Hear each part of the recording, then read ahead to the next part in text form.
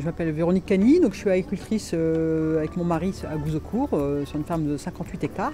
Donc une ferme qu'on a convertie en bio il y a 9 ans. On a mis 5 ans pour se convertir à 100% bio. On a arrêté la betterave sucrière et donc on les a remplacés par du légume de plein champ. Je me suis vite rendu compte que l'enjeu c'était d'arriver à mobiliser de la main-d'œuvre saisonnière. Pour mobiliser la main-d'œuvre saisonnière, le mieux c'est de regrouper ses besoins pour arriver à avoir de la visibilité par rapport aux saisonniers et du coup de se grouper.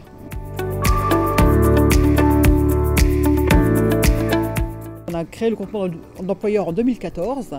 Au départ, on était à 8. L'année dernière, on était 25 adhérents. Il y avait 60% d'adhérents qui étaient en conventionnel et 40% en bio. Mais les bio font 90% des heures. Beaucoup plus de besoins en agriculture biologique parce qu'on fait c'est d'abord parce qu'on fait du légume. On a créé du boulot de mai à octobre.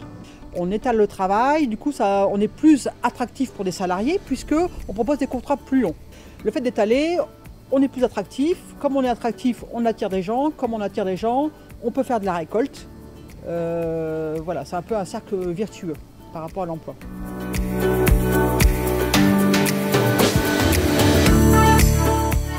En fait, on a développé les besoins en chauffeurs dans les champs. Depuis la création du groupement d'employeurs, on a créé une équipe chauffeur. En fait, on a aujourd'hui 4 chauffeurs et un apprenti qui nous aident dans les champs, pour du semis à la récolte, plutôt en CDI. Voilà, donc ça c'est notre compétence.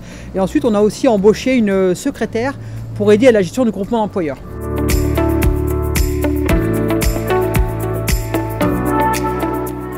Au niveau d'un groupement d'employeurs, donc il y a un conseil d'administration qui décide un peu de la politique, de la stratégie salariale, et aussi à chaque fois qu'il y a un agriculteur qui souhaite adhérer au groupement d'employeurs, il fait la demande et c'est le CA qui dit oui, non, on peut accueillir cet agriculteur ou pas. Voilà, donc l'agriculteur exprime ses besoins. J'ai besoin pour telle culture, j'estime à tel volume horaire, à telle période, et le groupement voit s'il a la possibilité ou pas de répondre à ses besoins. Et on demande à chaque adhérent de participer à la vie du collectif. Ils doivent donner 3 heures de leur temps dans l'année à la vie du collectif. S'ils ne le font pas, à ce moment-là, on leur facture. L'idée, c'est qu'on n'est pas un kiloutou de l'emploi. L'idée, c'est que les gens s'impliquent dans la vie du collectif.